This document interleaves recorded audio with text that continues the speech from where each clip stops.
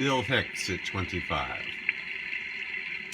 Dear Bill, 25 years ago today, February 26, 1994, you left this earth at age 32 years, 2 months, and 10 days.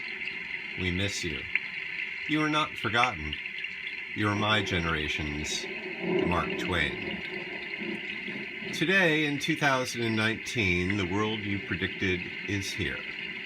It is a world of previously unimagined wonders. The common aphorism, nothing is impossible, suits the zeitgeist. If you were interested in a certain species of African frog laying eggs, done like dinner.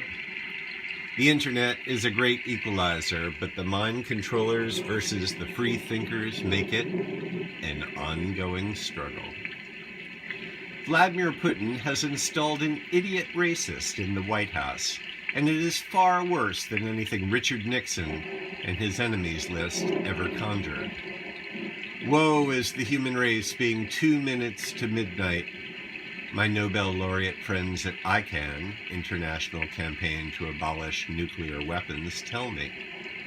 In your day, you discussed the fundamentalist Christians of Ronald Reagan and George H.W. Bush with their fingers on the button for 12 years.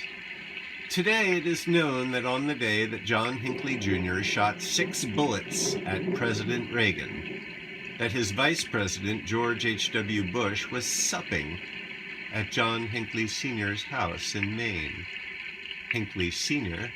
was the largest campaign contributor to George H.W. Bush's campaign for president in 1980. You remember that campaign when Bush called Reagan's economic policy voodoo economics? Evil was upon us, creating a war-based economy. Kings killing one another. Goes back to Shakespeare. You remember in Hamlet that Claudius killed his brother the king, bedded his queen wife Gertrude, and took the crown? That shit is cold. Old. They are still doing this, making us all pay for it. Fuckers. In 2019, people shush me when I make them aware that a former director of the CIA staged an unsuccessful coup against a man he hated. You'd think that'd be old business by now, but it ain't. Donald Trump called the free press the enemy of the people. When Trump was asked by a reporter what Trump thought would happen after he made that statement, Trump replied, "I think people will die." Just 2 weeks later, a reporter for the Washington Post was murdered violently inside the Saudi embassy in Turkey. Go figure! And nothing was done, even though everyone knew the organized crime inside the White House predicted it.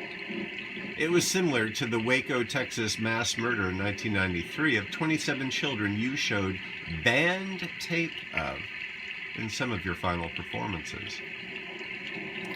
Governments killing those they find objectionable is still apparently on the menu of life. I guess not much has changed. To quote you broadly, all governments are lying cocksuckers. Yet, Bill, something miraculous happened in 2008. A man named Barack Obama was elected legitimately as the President of the United States. He is an African American, and during his 8 years, not one scandal. With the current miscreant daily, he takes a shit on the White House lawn. You called it long ago in 1986. Donald Trump, you have no soul. Bill, your life was not lived in vain. You have made millions laugh, and more importantly, you made people think. The world may survive, and then again, it may not. Flagrant ignorance pervades the masses. They are simply trying to survive the economic stranglehold that corporations have providing services. This is truly an abuse of power. During a recent government shutdown ordered by Putin's puppet, 800,000 federal workers were in need of food banks and private loans. A picture that will live in eternity rose. The National Mall was strewn with garbage. Making America great again is what was promised. Bill, in your day, there is not much I can think of that you did not talk about artfully on stage. Since your bodily exit, there have been a half dozen books written about or inspired by you. 3 documentaries, one that is over 2 hours long with 5 hours of extras. And now, I hear there is a full-fledged film being made of your short life. You made your mark. It was not dying young that made your point or serves your memory. No, to me, and many others, it was your artfulness supported by your clear thinking. Clear thinking is in short supply today because the enticement to fear sometimes outweighs acting with love. Yet love does conquer. Tragedy gets the headlines, fulfilling Houdini's grand statement, people don't like to see another killed, but they like to be nearby. Today, almost any film, something you loved, is just a click away, nearby. And while a young person aged 13, to pick a random number, might start watching pornography, today, simply called porn, and be sophisticated enough by their 18th birthday to make the decision to enter the adult industry. There are also stories of prodigy chefs, dancers, and one young scientist who was given a completely free ride because the robes at Oxford wanted his thinking on different forms of energy distillation.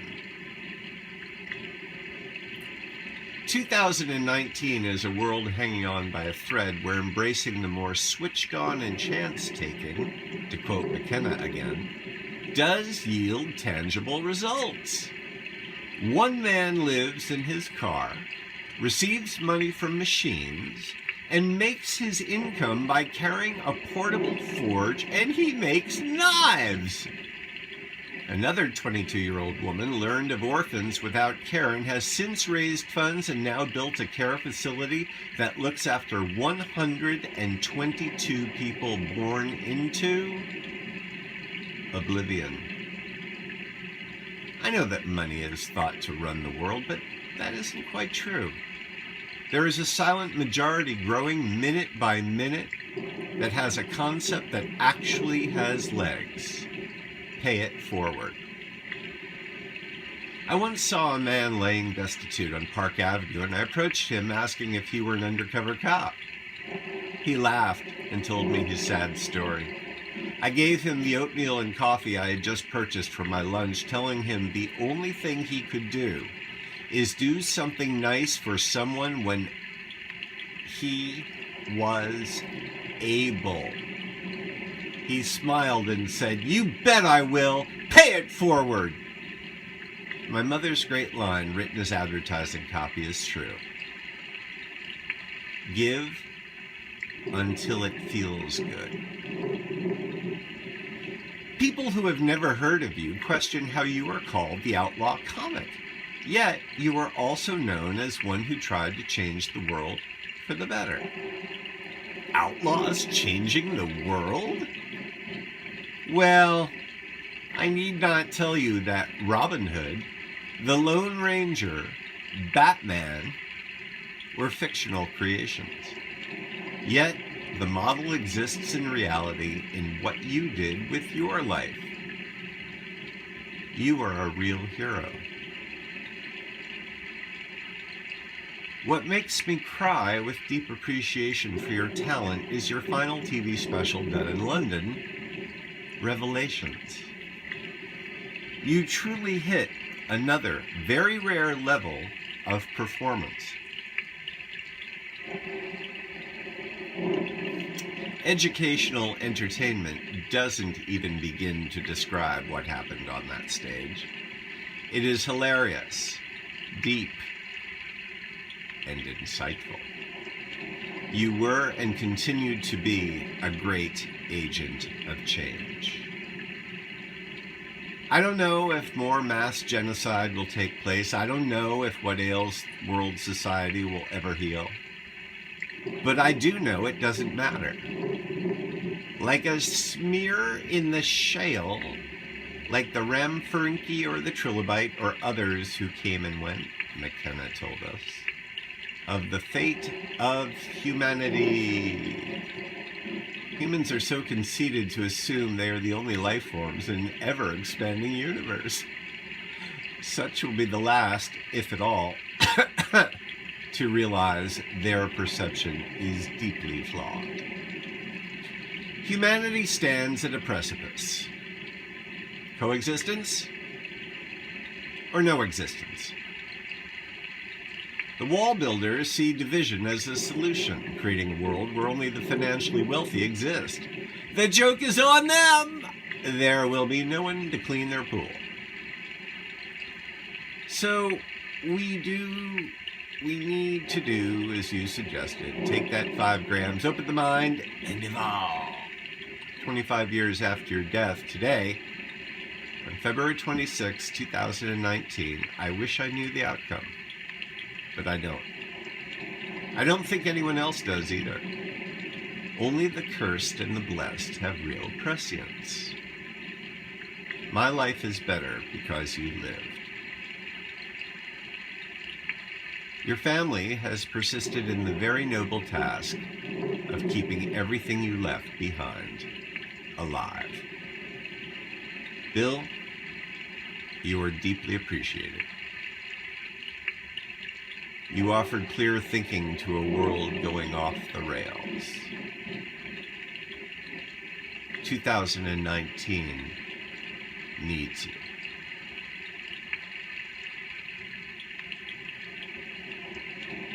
We thank you.